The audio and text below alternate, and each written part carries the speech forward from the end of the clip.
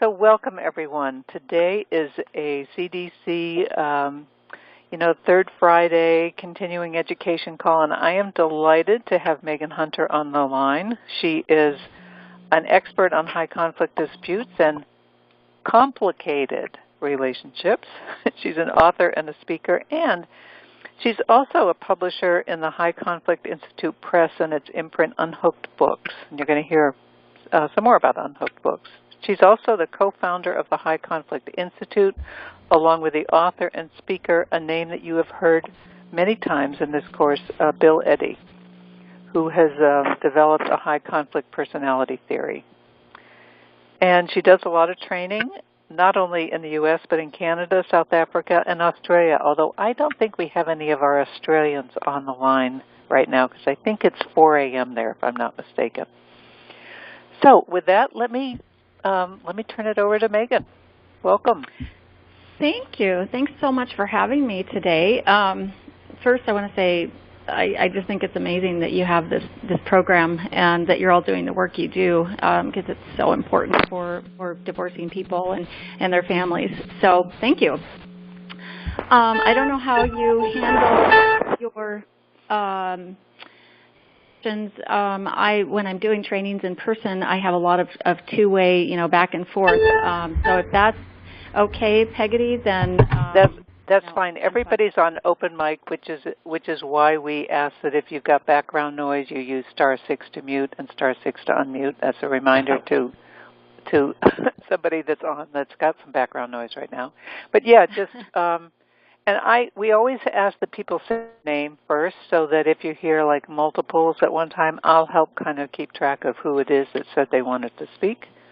And so you also need to let us know when it is that if you want it to be open all the time, great, in terms of questions and answers, or if you want them to hold on to a certain point and then you'll ask. So okay, we'll see how it goes. Some groups are pretty chatty, and then we never get through the material. So in that case, we may structure it a little bit more. But we'll just see how it goes. Okay, so let's go on to the first slide, please. So I would imagine, being in the industry you're in, you're all familiar with these sort of behaviors in some divorce cases, separation cases. When I say divorce, I assume you also may work with people who are never married but are co-parenting. Regardless, it doesn't really matter. We see these behaviors in many cases, and we'd like to say probably about 10 to 15% of cases in the family court system. You'll see sort of patterns that just go on and on with this defensive, blaming behavior. So when we're discussing high conflict, and it is kind of the buzzword in the industry these days, and a real focus point, there are many different definitions of what high conflict means. So for our purposes at High Conflict Institute, we've really narrowed it down to something very simple, and it's those cases in which you see a high level of blame, just this constant sort of blaming and shifting the blame from, it might be their partner to their kids, to their parents, to the court, to the psychologist, to the divorce coach, to whomever. So that's the number one differentiation, is this blaming mentality. They're always the victim. It's never their fault. And then it just spreads out into all these other behaviors, like rigid all-or-nothing thinking, inflexible thinking, very limited ability to self-reflect. There can be manipulation, lying, conning, not very compromising, rage, vindictiveness, and these are the folks who are the most likely to file lawsuits against others, and the most likely to file complaints against professionals' licenses. I served 5 years on the Board of Psychologists Board of Psychologists in Arizona. I can't remember the whole name. It's the Complaint and Licensure Board, and we saw many, many of these cases that once they didn't get satisfaction in the court, then they filed a complaint against the psychologist who'd performed the custody evaluation or whatever it was. Sound familiar? Does to me. Divorcing one, yes. Okay, okay, good. All right, I'm with the right crowd then. All right, let's go to the next slide, please. So I've really pared down a 6-hour training into, like 30-ish minutes. So I'm jumping straight to the brain because I understand you guys already kind of have some background. You know what the high conflict divorce looks like and feels like. So I want to give you just a little bit of information about what is driving them to be this way. Why do they take so much of the court's time, so much of our time, all of the disciplines within family law, and why are they so frustrating to us? And why are they back in court and back in court? So if we look at the brain and you look at that, the two hemispheres, we think of people who are kind of right-brained people as being creative types, maybe artists and things. Well, that right brain, and let me say this first, I'm not a neuroscientist, and brain science is changing all the time. This is how it works generally. If the terminology isn't quite right or it changes someday, it's okay, because it's really more about what's happening in their brain, what's happening in your brain, and the other people in the case and in the family, and how they're interacting. So, that right brain's looking at facial recognition, it observes relationships, it's associated with nonverbal skills, it thinks in pictures, and it's really working on our behalf without us knowing, so it's sort of unconscious. Then you flip over to the left hemisphere, and we call this the logic side of the brain, and this is more of your engineers and scientists and analytical folks, and it's obvious there. That side of the brain is always looking for solutions and analyzing and examining, and it's the part of the brain that is generally conscious. So if you're thinking, this is the part of the brain that's letting you know you're thinking. Now, if you look down at the bottom, you see there that relationship right side of the brain is associated more with negative emotions like hurt, fear, and anger. On the logic side, we have positive emotions like feeling calm and content and peaceful. Okay, next slide.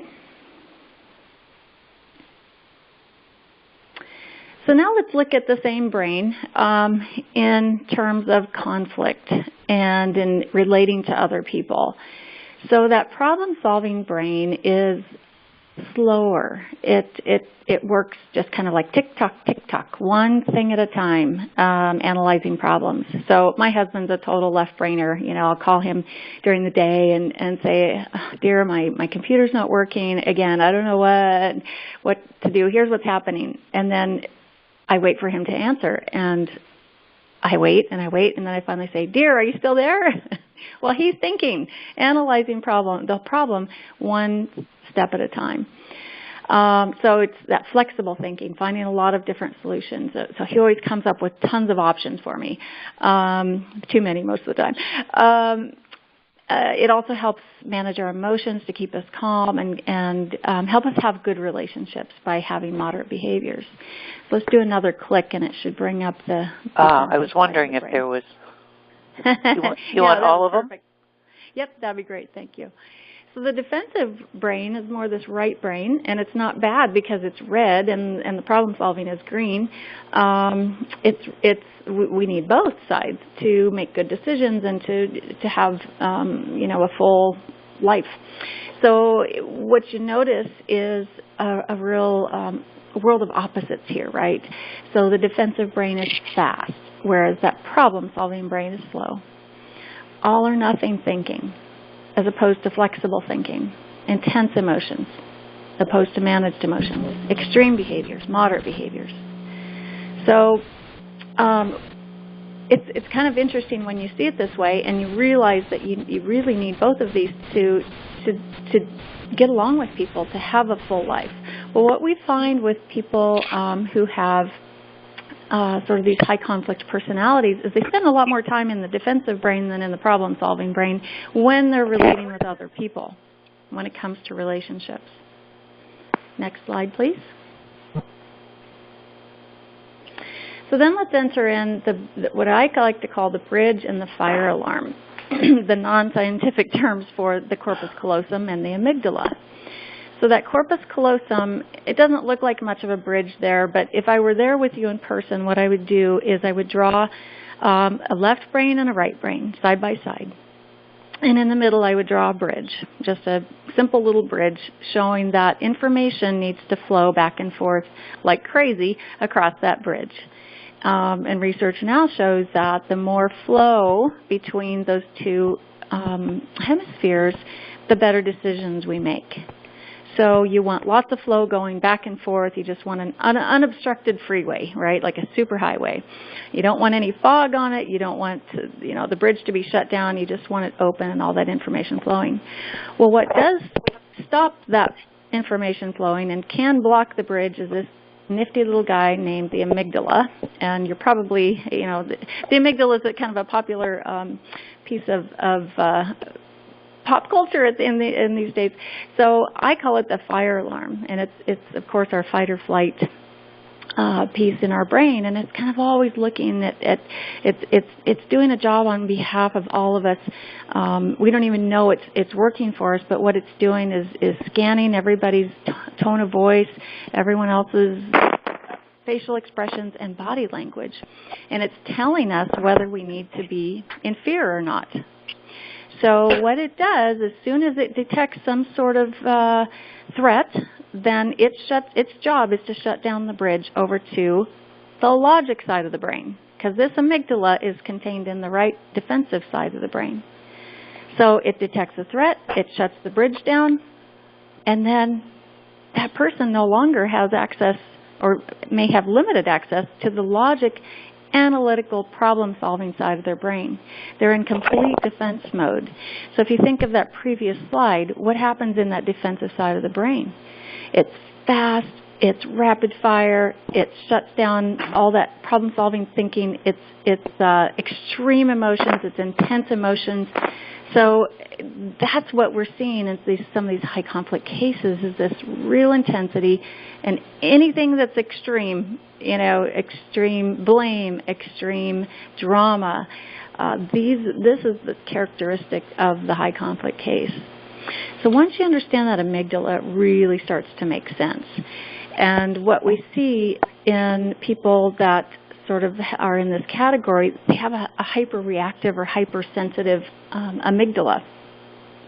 So something may happen, you're in a meeting with someone, or let's say a couple, and the discussion's going, and what may seem a little bit tense under normal circumstances to most of you would all of a sudden something happens and somebody's really upset. And they might be just seething, sitting in their chair, or they might be verbally loud. They may even start yelling. They may get overwhelmed and leave the room. Well, what's happened most likely is that amygdala picked up a tone of voice that felt like a threat. And it's that sensitive. It goes off in 0.6 of a second. So if you can imagine, really think about that. In 0.6 of a second, it hears a tone of voice. It that quickly shuts down the bridge, and they're stuck in those defensive emotions, right brain emotions. So let's see the next slide, please. So I like to say that the brain just is kind of on fire at that point. And what we as regular human beings traversing the planet is we keep talking to people through that fire, thinking that what we're saying to them is going to help them think logically, right? Just calm down. Why are you upset? What's wrong with you? Or let's keep moving on to the next thing. Well, they can't move on to the next thing because their right brain's on fire. And guess what? They don't even know that their right brain's on fire. They just know they feel intense, extreme emotions. They're really mad, really angry. They feel attacked. They feel overwhelmed. And the rest of the world isn't helping them get through this. They don't have the ability to put out their own fire unless they've had a lot of treatment and they've learned to override it. But most of them don't. So we have to be the firefighters. We're the ones with the fire hose with the water. And so we have to do something different. So let's take a look at the next slide. This is just incredible. Yeah? I'm from the National Alliance for Targeted Parents, and I'm just sitting in for a friend, and I'm thinking, yes, please listen, because targeted parents, they're all on fire. We call it fire hosing, because we can't stop talking, and we are kind of, we have a really hard time telling people what's going on, and we really need advocates. Excellent. It just makes sense that once you really understand what's going on in the brain, I think, number one, it elicits empathy. It naturally leads to empathy for that person instead of anger, because what we typically do is dislike the person or hold them at arm's length, or we just don't know what to do. Because guess what? Our amygdala is doing its job, and once it's hearing some loud voices, it sees an angry look and senses that tension in the room, our amygdala might get a little fired up too. And it's going to do its job and shut down our bridge to our logic side of the brain. And we may have learned how to override that, sense it and override it and do something opposite, but the other parent in the room may not have had that experience, and it just keeps going and going. So, if you look at this slide, what's happened in that brain is there's been this mistaken assessment of danger. The acronym there is MAD. So they get mad instantly, and they respond with or react with behavior that's aggressively defensive. So they get mad, they act bad, and then what do? They're in the number 3. We give some kind of negative feedback. Now, that may not be as negative as it sounds. What we mean by negative feedback is trying to keep someone in problem-solving mode, trying to keep them in the logical brain while their right brain's on fire. It just doesn't work, and it just keeps escalating the conflict, and eventually someone's going to leave the room, or someone's going to get mad, or you're just not going to get anywhere with them. So instead, on the next slide, you'll see that when they get mad and they act bad, then we have to be the one that shifts them out of the cycle in those moments. So how do we do that? On the next slide,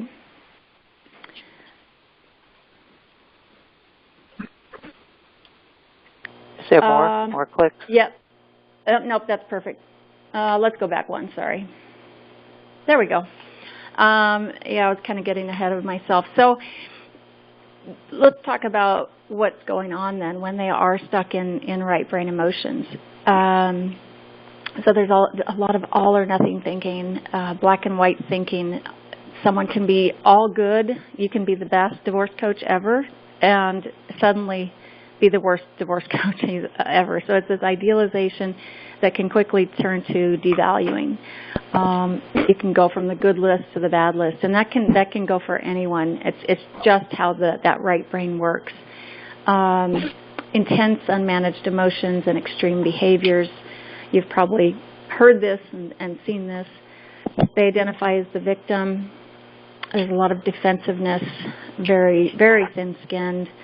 Also a lack of impulse control. Impulsivity can be a big problem with some of them. With others, they may seem to have ultimate impulse control, but actually the lack of impulse control comes out in other ways, and we'll talk about that in a minute. And again, there's that preoccupation with blaming people. That really is the key there. So in the next slide, you'll see we call these folks the target of blame. I don't know if any of you have ever been a target of blame of someone, but it's not pleasant, and it can be quite devastating. And if you don't understand, excuse me, how to deal with it. All right, next slide. Excuse me. All right, so what is behind this? Why are some people this way?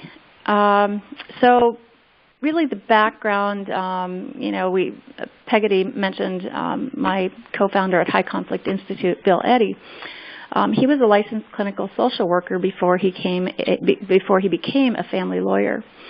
And as he was taking family law clients, and he started to kind of notice these cases that were stuck in the system, and the frequent filers, and he started to observe their patterns of behavior and noticed that what he'd worked with as a social worker in some settings were people with personality disorders. And the behaviors, the patterns of behavior of those folks matched the patterns he was seeing over here in family court. So he developed this high conflict personality theory, that it's these folks that I like to say have sort of a relationship disorder. These are disorders that really impact relationships. So of course they're going to end up in our family courts in these systems.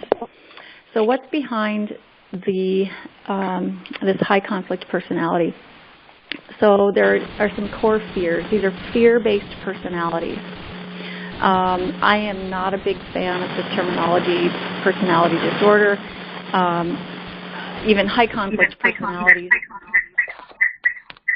it does seem sort of judgmental, condemning, and that's really not what we're meant to do or be. So just know that in advance, that I have loads of empathy for anyone in these circumstances, and I'm working on language changes so that we all have a different way of addressing them. So if we think of it as a fear-based personality, the first one is a fear of feeling inferior. So instead of walking around with an operating system that can really just sort of manage relationships well and get along well with people and handle conflict reasonably well, these folks have an operating system that's based on fear, and it's always looking through for a threat to the thing that they need the most. What the person with the fear of feeling inferior, they need to feel superior. They absolutely must. It's not an option. That is how their operating system is programmed. So when they feel that threat to their superiority, they do whatever it takes to feel superior again. So anytime they feel inferior, immediately have to feel superior. So that may be that they insult you, they glorify themselves, they build themselves up, they kiss up, they kick down. I think you probably all know what personality type I'm talking about here. The second core fear is a fear of feeling abandoned, or another way to look at it is feeling disconnected. So they need to feel attached, and they need to feel included, so they're always attaching. Their operating system needs to feel connected to one primary person all of the time.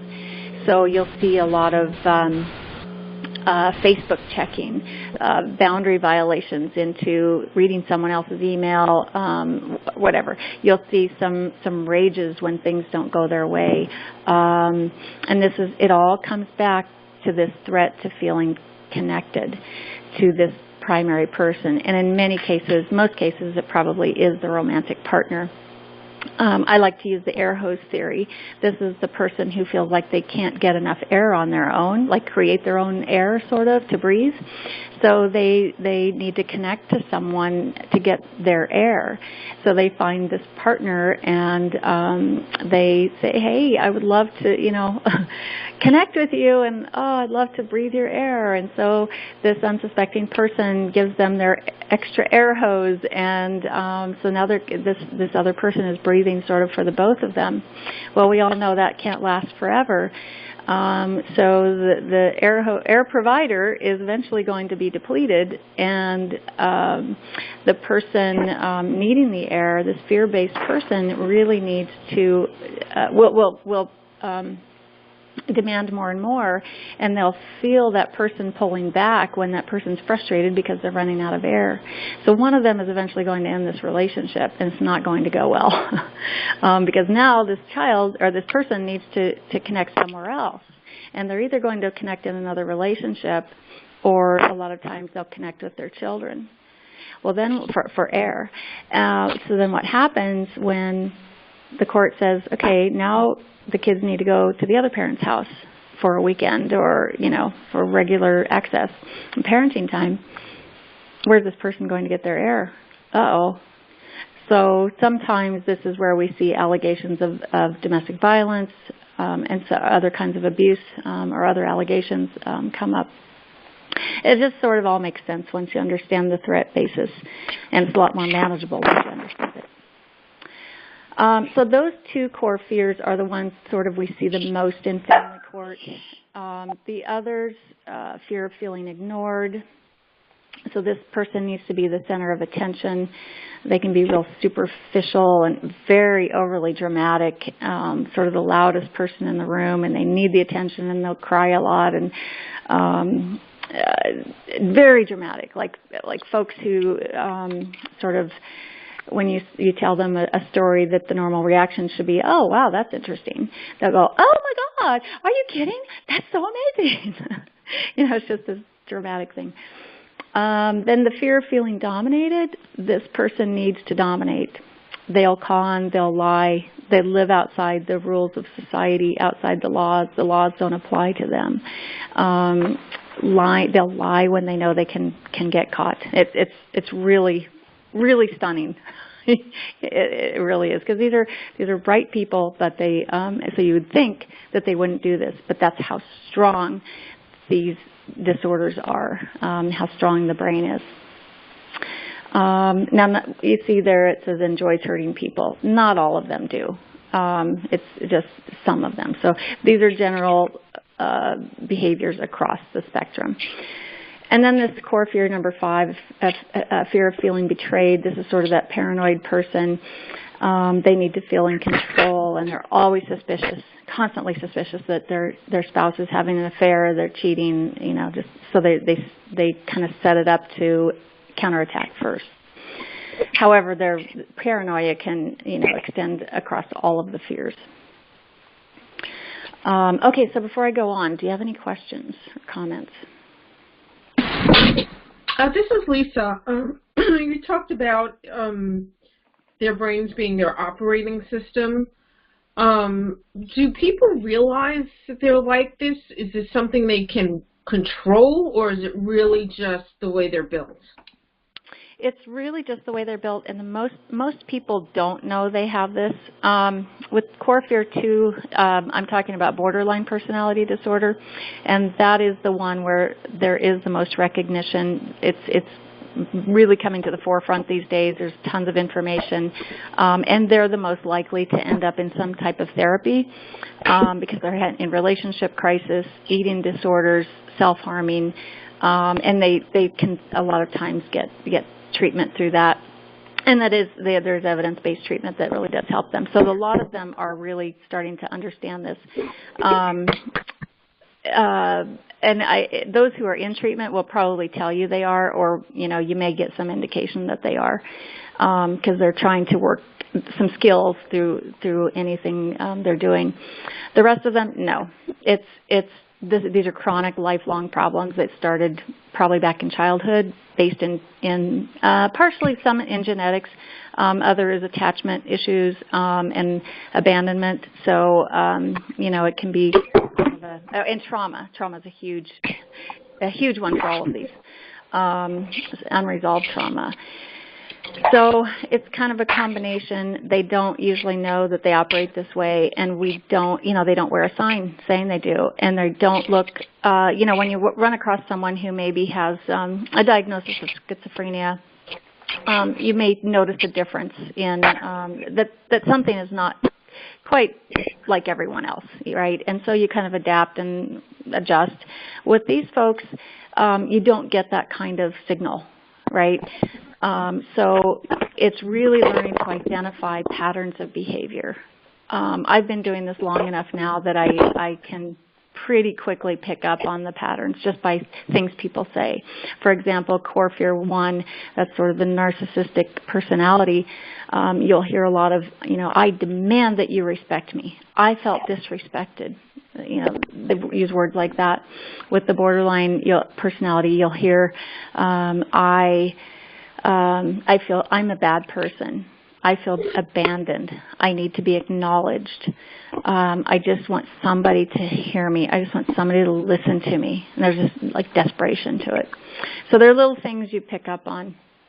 And the important piece for you guys is really when you start to pick up on this, I guess let me back up. I would, at this stage in training, I've started to tell people, just assume that everyone coming in front of you has one of these, or a combination, because they can have more than one. And if they don't, I mean, you just use the skills, really good skills with them. And if they don't, it'll quickly reveal itself that they have an ability to problem solve through conflict. The other ones that don't, you'll already be using the skills that you need to help them through this.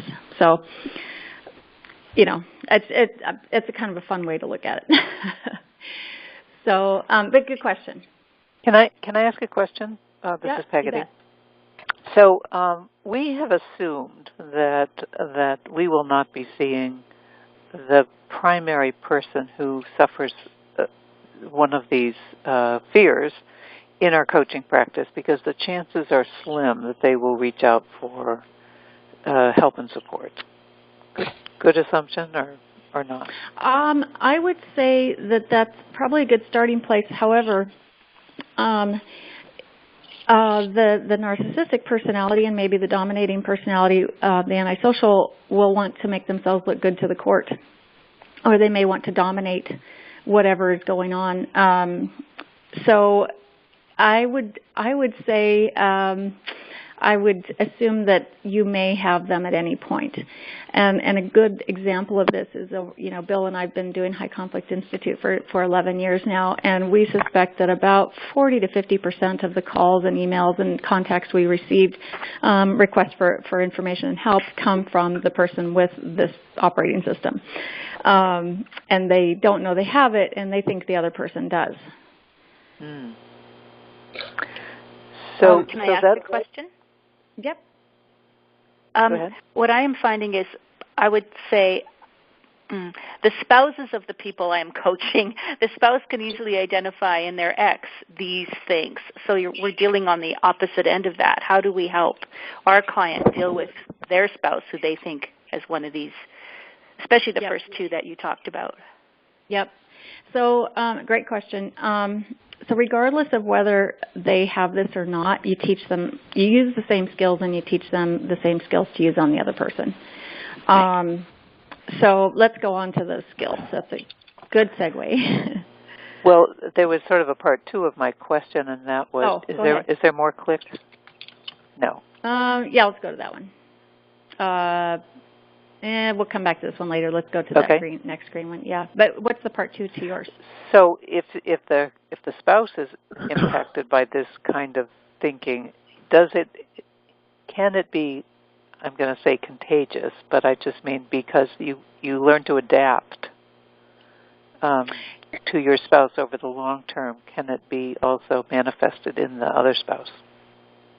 Yeah, I mean, what you typically see is a really frustrated spouse, worn out, burned out. The three words we hear over and over again are, I am exhausted from the chaos, and I dread seeing this person ever again.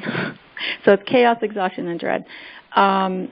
And a lot of times you'll have two of these with the same, you know, fear-based personality, and there's just, you know, constant conflict going on. So, you know, there can be a variety of things. And so you don't, I guess. If I can answer as a targeted parent, who I know that's who she's talking to, is that, yeah, I mean, because we are so traumatized after years of this domestic psychological living with this other person, you do. And in fact, if you take psychological evaluations, there a lot of times targeted parents come up a little bit on the personality disorder, but that it's because they've lived with this person for so long. So if both parties have a psych eval and one comes up with the narcissistic or borderline, the other one might come up never to the level where it exists. But yeah, it isn't contagious. It's coping. Mm-hmm. Okay. Thank you. Yeah. They aren't going to develop it from the other person, but they're going to get frustrated and angry. And you know, a lot of times we will overreact, And when you think about that amygdala, it fires up, and eventually your own amygdala can fire up. So let's think about that other spouse. They've finally had it, and the person on the other side of them has been poking at them, nudging them, nodding them, wearing them out, wearing them down for maybe years, and they know how to get under their skin. So what we've seen a lot of times in court is the reasonable parent will have an explosion in the courtroom because the other parent knows how to get under their skin, and they do it at that moment. And they've finally just had it. They're under stress. And so they then get the bad rap. The judge looks at them, or whoever they're in front of, looks at them and says, "Wow, you're the one with the problem." So they get it backwards a lot of times. And we spend a lot of time working with courts to really help them understand you've got to look at the whole thing and not just one outburst in a courtroom. It's a pattern. And even if they don't outburst, it's across the board because of the trauma and the difficulty in communication that's related from what I call PTSD. Because I don't think it's a disorder, I think it's an injury. But from a targeted parent, you come across as being unstable. And even if you are the most respectful person and never miss a beat, you still get framed by the other parent as having some sort of an emotional problem. And you don't. You are traumatized by their emotional problem. Yeah, that's exactly right. Exactly. And, think back to that target of blame. I hear over and over, and I'm sure you know this very well, that it is all your fault, that you are the one that's crazy, psycho, borderline, narcissistic. They've picked up on this terminology now, and so they use it against the reasonable parent in many cases. There's not a lot of insight for them. So let's move on to what we do about it, the practical. Let's go back to green, sorry. So the first thing you do, so let's think back to that brain that's on fire. When you pick up on that, instead of continuing down the problem-solving path, and you need to get unhooked. That's why I named my company Unhooked Media, Unhooked Books. It's about getting unhooked from the conflict and the drama, getting your amygdala unhooked. You may be frustrated by their, reactions, their emotional thinking distortions, and just their anger. Instead, what we have to do, and this is the best thing to teach parents and couples, is to calm that right brain, to put the fire out in that right brain. You have to use empathy, attention, and respect. The acronym is EAR. So what's that look like, sound like? It can be through words. It can be through body language, facial expressions, just being quiet, breathing, helping them breathe. And it's just about putting out the fire in that right brain.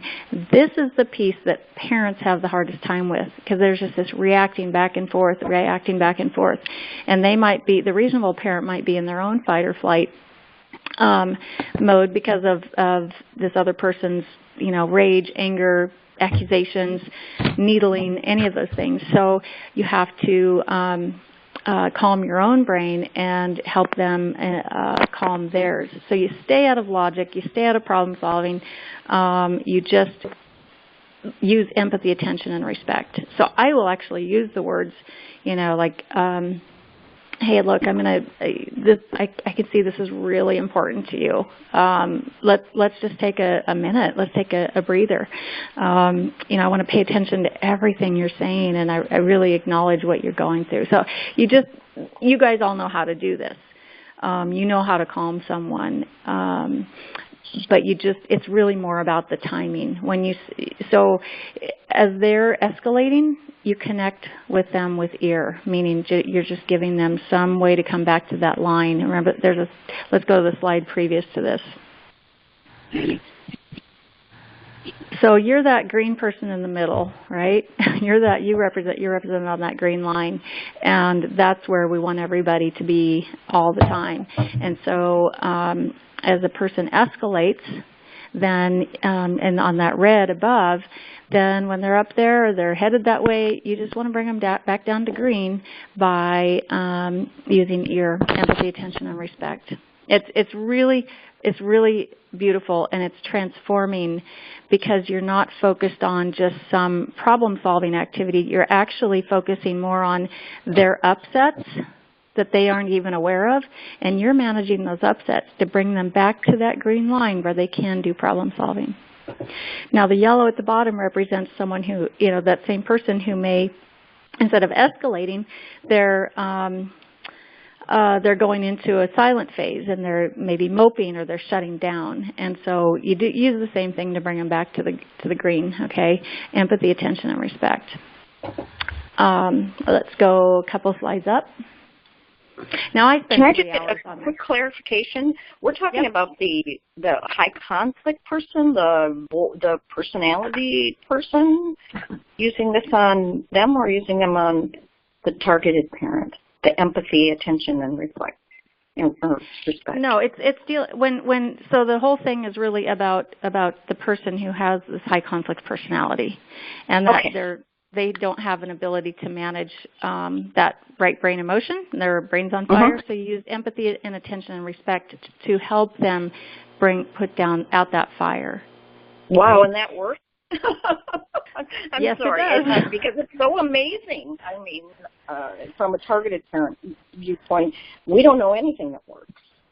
So I'm really intense about what you're saying. That's amazing. Yeah, I mean, of course, there are extremes. There are people who are dangerous, and you have to know if you're in that situation that there's more to it than this. So this is just step 1. So connecting with ear. All right. So we connect with ear, and then we need to shift them over into the left brain. Because what happens when you connect with them? When you put out that fire using ear, what does it open up? It opens up the bridge over to the left brain again. Because remember, that bridge is closed. So they can't even use logic problem solving while the brain is on fire, okay? So you've helped them now take out the fire, and it may take some time to calm down, because when that fire is going, cortisol is rushing through their veins, and it's got their whole body tightened up, rigid, ready to fight, and it takes a while to calm down from that. But at the right time, then you need to shift them over into left brain problem solving. And we do this, you might need another click, through, let's see, it gives them power when they're power. Yeah, thanks. So we use things like saying, so what are your ideas about this? What are your proposals? What options can you think of? What ideas do you have? So when we're in this stage, when we're shifting them into left brain logic problem solving, we want to use words that make them think. We want to use questions that make them think. Because what typically happens with these folks is they have weak problem-solving skills, particularly when it comes to relationships. So they rely on divorce coaches, lawyers, judges, psychologists, mediators, everyone to do the problem-solving for them. However, they don't typically take your advice because of this strong, operating system that works differently. So they have to be reminded a lot. But as you work with people, it's shifting them over. It's calming the fire, that opens the bridge, and allows them to get into problem-solving part of the brain. However, since they're not used to doing a lot of their own problem-solving, they may need some prompting, and that's what this is. So what are your ideas? Let's grab a pen and paper and start writing down some of your ideas about this. All of those things generate problem solving.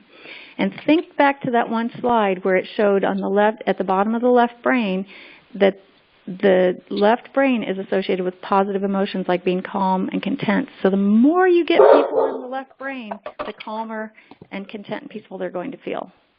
You want them there as much as possible, okay? So it's calm them with ear and then shift them into problem solving with thinking. All right, next slide. So that's sort of an on-the-spot way as you're working with someone and they're having these ups and downs. And, I don't know how much you've had to deal with this. Maybe if you truly are working with a reasonable parent, then you're not seeing this. But if you can teach them those skills to use in the moment and as they manage the relationship with that person, this is all about relationship management, right? So connecting with ears, shifting to problem solving.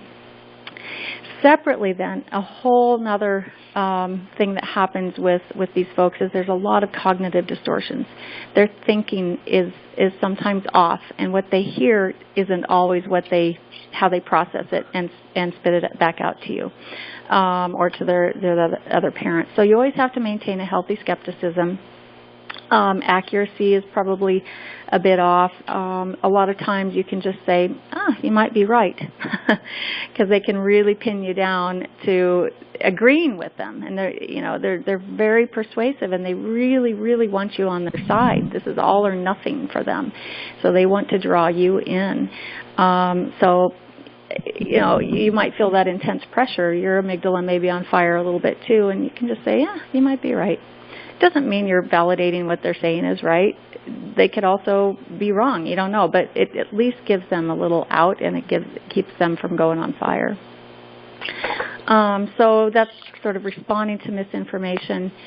Now, in these cases, what we frequently see is a lot of email and text and social media back and forth with a lot of blame, all caps.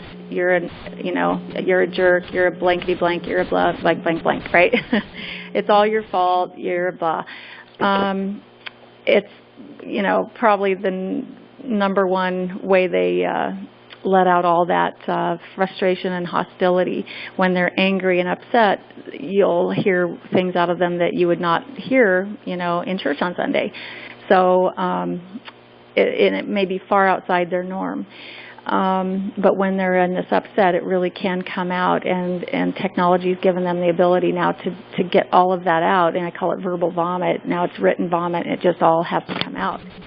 Then we sit around for hours and think about it, and it upsets us, and us meaning if you're the person getting this or you're the other parent getting this, it upsets us, and we think we need to respond to everything in it. Number one, you may not need to respond. Number two, if you do respond, this is a way to do it. It's a simple, brief, informative, friendly, and firm. We call it the BIF response. Why does it work? Or why do we have it? It's to contain their behavior. I've taught this for a long time, and I do a lot of training in Australia, and I go every year. So sometimes I see the same people year after year, and we go over this, and I say, how are you guys doing with your BIF responses? And they say, well, here's an example, and I responded to all 11 points that this person made, accusations against me, I think as a mediator, a lawyer, and I said, well, let's go through that. And was it brief? Was it informative? Was it friendly? Was it firm? Well, it wasn't brief. And they realized that after spending like 48 hours crafting this email, they realized this other person had already forgotten the email they'd sent. So now it's just ruined, your life for 2 days going over all this. And, now if there's something that needs to be responded to, you just do it very simply, briefly. Don't open it up for more, and just ignore most of the rest of it. All right? Within that, you want to avoid giving advice, making admonishments, you realize you're being really less than stellar here. Avoid that. And apologies. Why do we avoid apologies? Because they're so used to blaming others and thinking it's all your fault and telling everyone it's all your fault. If you apologize, they've written to you and said, this is all your fault, and you apologize for that, it just validates that it is all your fault in their mind, right? If you've done something wrong, apologize. If you truly have done something wrong, that's fine. But when they're blaming you for things and it's just their cognitive distortions, it's their internal upset, don't apologize. It just cements that it is your fault. Why do we avoid giving advice? It's because they aren't looking for advice. Remember, their brain went on fire and they had to get it out, and now it's gone for them. So if you start giving advice back, they're not going to take it, and it'll just keep going around the circle. Admonishments, they're not looking for you to tell them that they're a bad person. That's how they'll take it, because they're they don't respond well to feedback and criticism. Okay. There's a whole book on this, so I'm going so quickly through this stuff you wouldn't even believe it. Let's go to the next slide. This one's just full of some tips you might want to look at later. Let me see if there's anything quickly. Always keep an arm's length relationship. I've seen professionals across the board, every level, from judges to psychologists to lawyers, everyone, get into some hot water when they didn't keep an arm's length relationship with these folks, because these are the folks who are going to push boundaries, and they will always go over the limit. They don't have the ability to really construct boundaries and hold to them, so we have to do that for them. And the more you do it for them, it's a gift to them. It's hard for us, but it's a gift. This is Charlotte Marie. I'm sorry. Yep, that's right. Think about the 7-year-old man. I came in late, so I may have missed something. What is the 7-year-old man? Good question. So I during last year's election, before the election, I was over in Australia, and I just read a newspaper article that called Donald Trump a 7-year-old man. And so this has nothing to do with Trump. It's just where it came from in my mind. It's really hard sometimes for us when working with individuals like this to have empathy for them. Okay? A lot of times we dislike them. We don't want to have anything to do with them. We avoid them. We feel bad around them. So if you can think of someone, these behaviors are really kind of like a child having a tantrum or a child just not knowing how to manage their lives. So if you can kind of look at this person as a 7-year-old man or a 7-year-old woman or whatever, I think it hopefully will help build some empathy within you to help them. Does that make sense? Yes, thank you.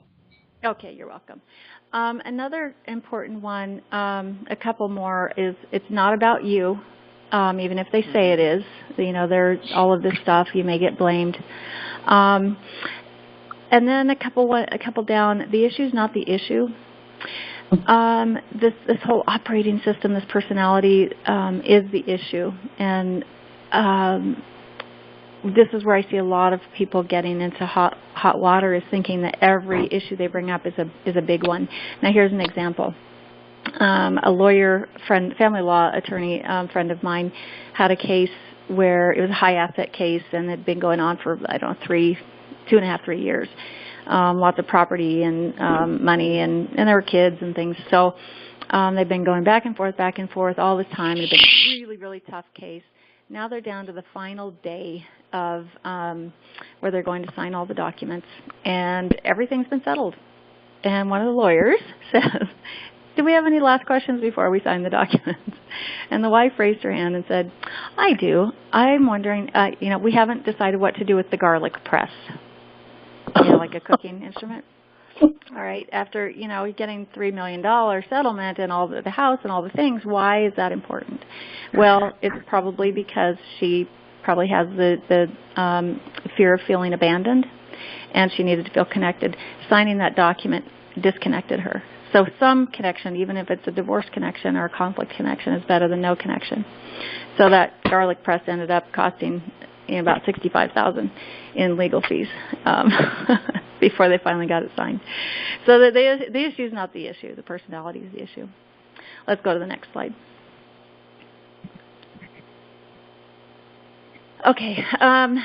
So before I launch into this, then that's the really, really micro version of sort of this high conflict training. Let's take a couple minutes if you want and ask questions, and then we'll talk about my websites and where you guys can get more resources and info. Hi, this is Carla. Thank you so much for this. I was wondering, do you have any kind of a handout or something that accompanies this that if we were at your workshop you would give, that you could share with us? Yeah, I have, the full PowerPoint slides would be the best way. Mm-hmm. So I could get that to Peggotty and get that off to you guys. Thank you so much. So is that different than the PowerPoint slides that you provided today? Yeah, it's much bigger. Okay. Yeah. I have a question. It's Pam here. Go ahead, Pam. You bet.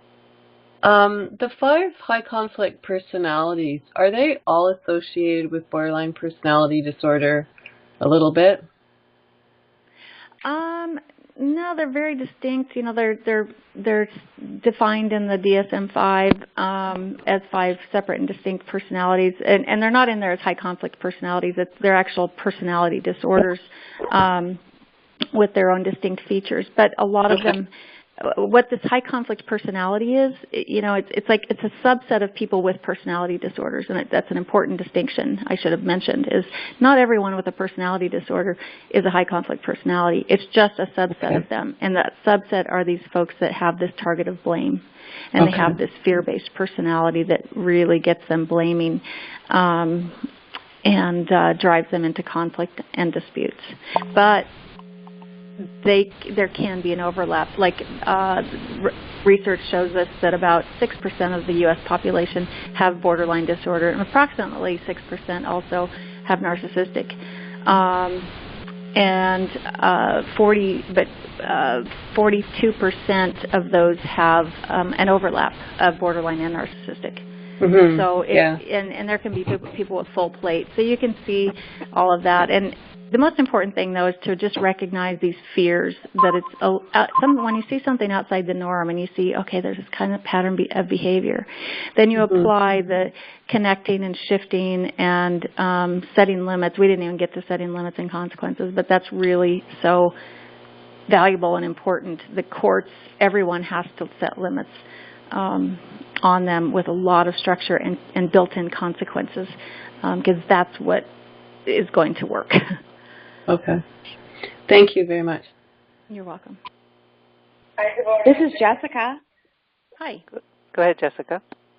I would love to know how you might recommend we support parents who are the parents who are coping with somebody else who has a high conflict personality in guiding their kids gently to communicate with that parent or deal with that parent. Okay, good question. Let's put that on hold for about another 90 seconds, because I have a slide that'll help with that. Oh, great. Yep. This is Abby. I have a question. Go ahead, Abby. Would you say that this is a good way to resolve conflict? Let's see in any, when there is conflict, it doesn't have to be a high conflict personality. I mean, are these kind of basic ways to approach, conflict resolution? Absolutely, because they work. What works for everyone else doesn't work for this population. Mm-hmm. What works for this population works like on steroids with everyone else. Okay, thank you. You're welcome. Hi, this is Deborah Jonas. I was just wondering if you might be able to give us any advice on guiding parents who are working with someone who's high conflict in striking the balance in being able to communicate with them while needing to set boundaries, but also needing to be able to co-parent with them. So sometimes, lawyers will put in place some things such as, saying all communication has to go through the lawyers or through, whomever, whichever middle person. But then it's very difficult to sit down and actually have the conversation unless there's a mediator in place or something like that. But if you have any sort of advice on, how we can help them with the direct communication when it needs to happen. Okay. Yep. Let's just go straight. Let's do a couple slides, and then I think this will address this. It's kind of the same as the other. So let's go back one. Oops. There we go. Okay. So this is this is my website for the books. So we specialize in high conflict, co-parenting and parenting, divorce, anything that will help families and help the professionals who help them. So that's sort of the whole thing. So it's Unhooked Media or unhookedbooks.com. Either one will get you there. And we also even have things like for borderline personality disorder. We're not a huge publishing company, but we do try to help divorcing people, co-parenting, and the professionals who help them. So that's that.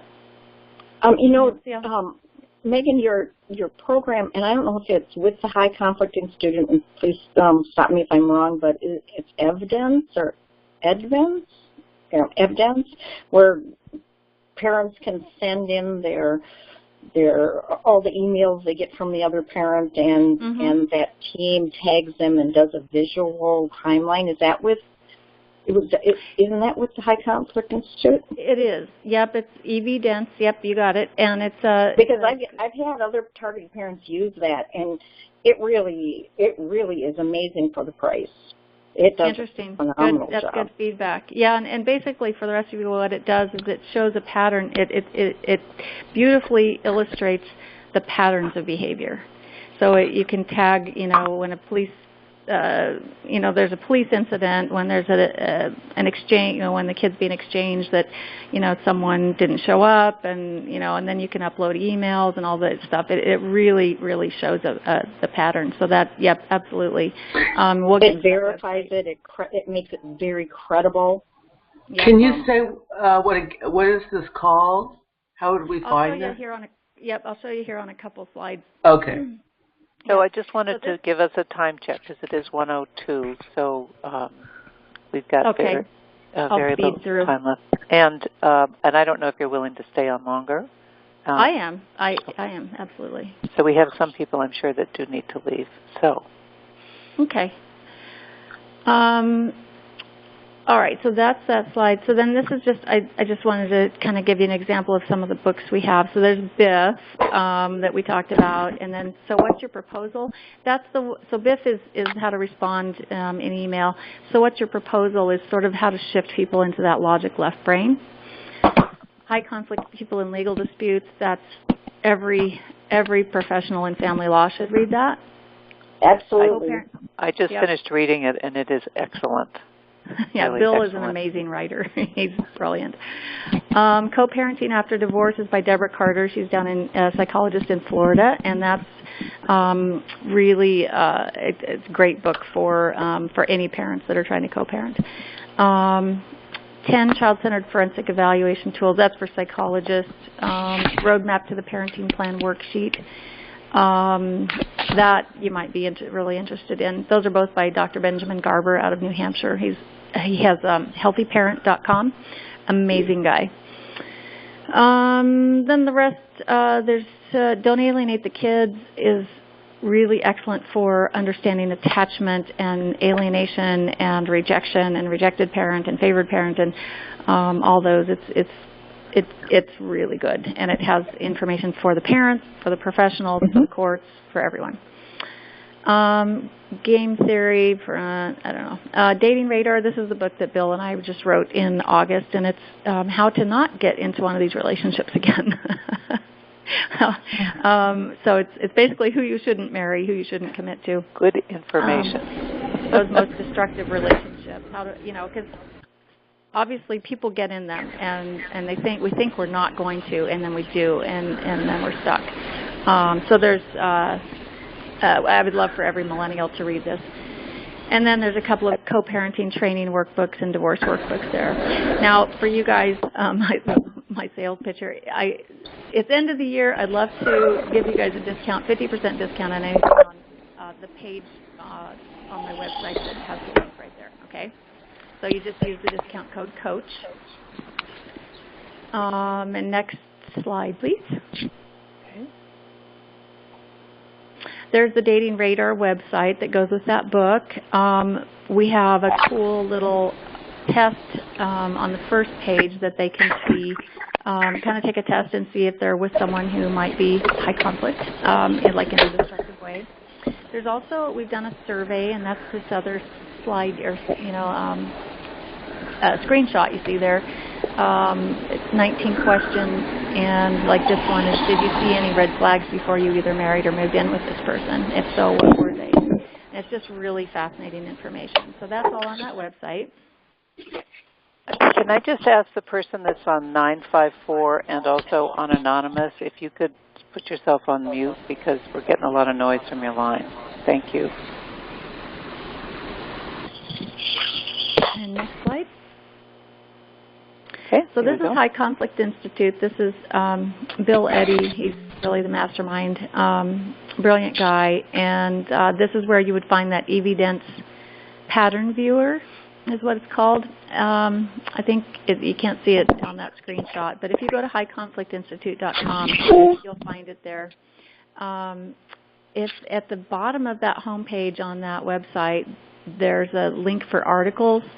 There are just hundreds of amazing articles that would be very helpful to you as coaches and to the parents you help. So very worthwhile. I'm sorry, which website was that? The one that's up right now, highconflictinstitute.com. Okay. So there's separate ones. There's Unhooked Media and High Conflict Institute. Correct. So the Unhooked Media is really more about the books, and it's where you purchase the books. And I publish some other authors as well beyond Bill Eddy and high conflict stuff. So that's all on that one. Where this is specifically high conflict training. Our specialty here is really family law, although we also deal with workplace and other, types of conflict, but it's all centered around this high conflict personality theory, and you'll see it all there. Bill speaks in about 60, he does about 60 speaking presentations a year, meaning like full day trainings, maybe multi-day trainings all over the world. So we've really grown in 11 years and hope to keep growing. And the next slide, please. All right, and yet another website. So this is where we get into really helping families. This is a program we've created through High Conflict Institute. It's called New Ways for Families, and it addresses people who have these high conflict personalities, their personality disorders. So it's instead of a lot of programs focus on let's rehash the past, let's work through this and that and this problem and that problem. Instead, this teaches people skills that help them problem solve and learn how to deal with the other co-parent. So there's 5 different models, and we don't really have time to go into all of them, but you can find information at newwaysforfamilies.com. And we're just getting to the point where we're going to have it studied and researched. So, within about 2 to 3 years, we'll have results. We did a small study up in Canada. It's not published, but it's really showed amazing results because you're working on skills instead of rehashing the past, basically, and blaming and storytelling. Next slide, please. All right, so within that, we kind of flipped back to the Unhooked Media site, but you can also get to the same class through the New Ways for Families site. So this is the 2 gals that asked questions about really how to help parents.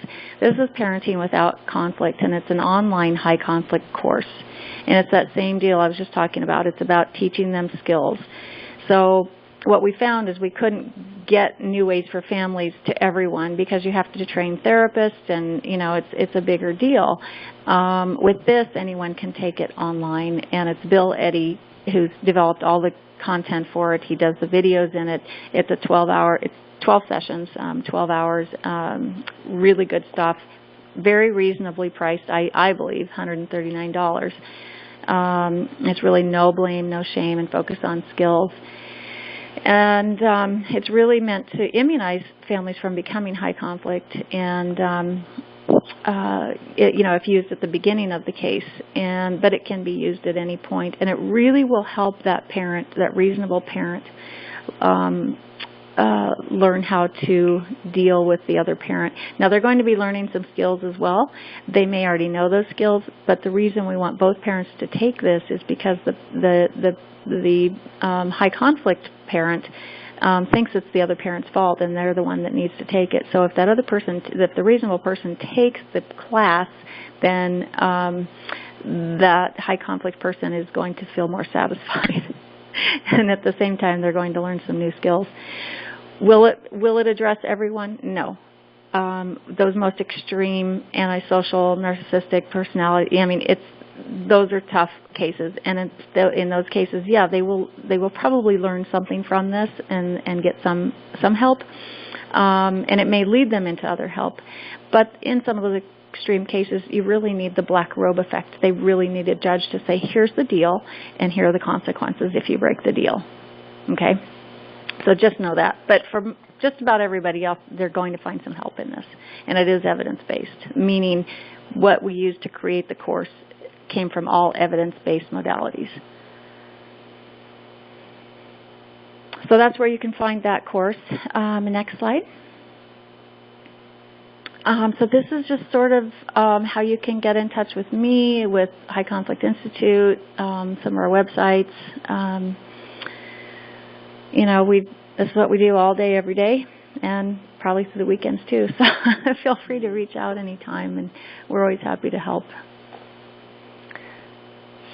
So I'm going to, are you open for a few more questions, if there are any? Absolutely. So for those of you that need to leave, we understand that. For those of you that have some questions, who'd like to ask a question? Hi, this is Bindi. Hi, Megan. I had a question about a client that I recently took on, and it appears that he's been in a high conflict situation, and he has some awareness now that he doesn't have the skills. He doesn't seem to be handling it because it's impacting his professional life, and he's tried to become very detached from his partner. So I see some awareness that he wants to learn some new skills or new ways of dealing with the situation. And so I'm wondering what I can recommend to him in terms of like whether any of these programs or any of these resources specifically would be good, either for me to read so that I can help him or even to recommend to him because he's shown some insight. Yeah, that's a fascinating one. I love it when people get a little insight and are open. So I would say that Parenting Without Conflict course would be best and most beneficial. That's exactly the person who would be ripe for that.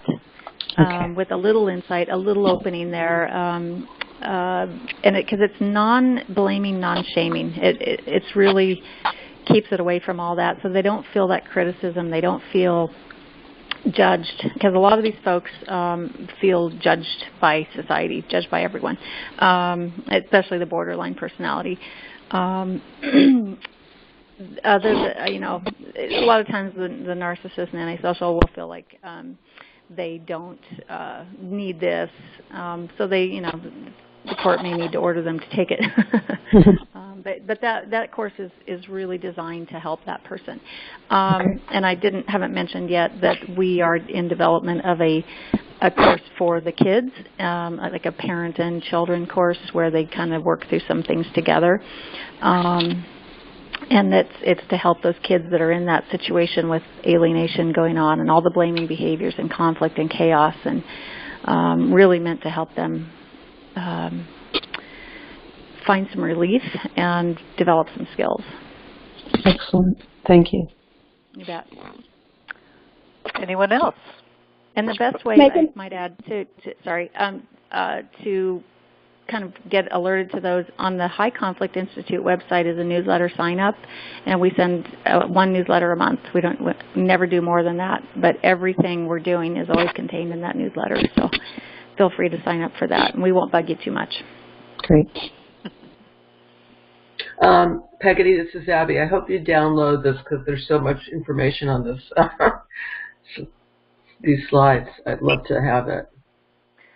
So, we recorded this, and we'll be sending this out, the link out to everyone. Oh, great. Okay. Okay. Oh, this is Lisa. I'm in the class that graduates in December, and I was wondering, would you mind if we included your website addresses on my website? Can I do that? We would welcome that. Okay, great. We always love exposure, absolutely. Because it's really about helping people. And everything we do is really targeted at helping parents in these cases. Bottom line, my background, I was at the Arizona Supreme Court as a family law specialist. I was in policy, running legislation and running all these legislative subcommittees and family courts and training judges and everything. But they all had this same problem, which was high conflict cases. The parents are blaming the judges don't know what to do. The judges got appointed, they're either elected or appointed based on their trial experience and don't know anything about family law. I mean, just all this stuff, and it was just this mess. And I'm thinking, there's thousands of really smart people around the world working on these cases. Why are we not figuring them out? And bottom line, kids are getting destroyed. I mean, their long-term outcomes suffer. They're short-term and long-term.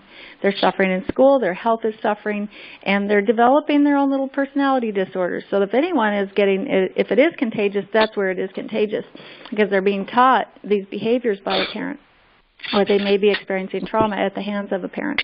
And so it's our goal to really help really shift what's happening in the family court arena and in families. And we have some big things I can't even talk about yet that are still under trademark, patent pending type stuff, that really could be game changers in this area. And probably within about a year you'll be hearing about it. But I can't stand all this, just all of us going around the hamster wheel trying to figure this stuff out. So we're working on some big stuff and trying to help through all these books and programs and stuff. Any other questions? Hi, Deborah here.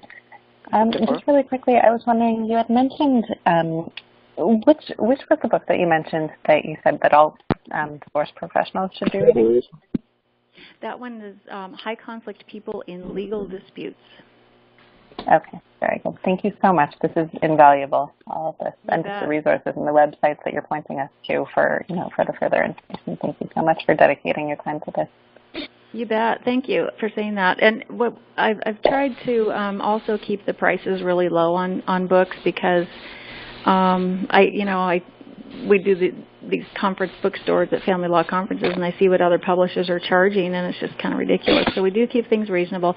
You can buy all of these on Amazon, except maybe like some of the workbooks, but those aren't as valuable at the beginning. But Amazon, gets your free Prime shipping, whatever. And a lot of them are available, almost all of them are available on e-readers, so Kindle, iTunes, all of that. So don't forget that she's offered you 50% discount on anything on this page on her website. You have to do it by October 31st, and you have to use the discount code COACH in the checkout card, I'm assuming. Yep, so now's the time. Okay. Take action, buy these. I engaged in her bookstore at a conference I went to recently, and it was really, there was so much material there, it was hard to choose. And so you could get twice as much as I got. Exactly. And I'm always happy to answer questions and refer you out too. So, keep my email, Megan@unhookedmedia.com. And you can always find me through that website, and we're happy to point you in the right direction. So, Megan, I so appreciate your generosity today in sharing this information with our certified divorce coaches, and really appreciate your generosity in extending the discount. And, just thank you so much for everything that you've done to really, be a solution to this problem that so many of our coaches have, been impacted by as well. So thank you. Invaluable. Thank you so much. Really. You're welcome. My pleasure. I'm grateful for the opportunity. So, best wishes and good luck in all of your work with families, and go out and conquer. Thank you. Thank you. Thank you.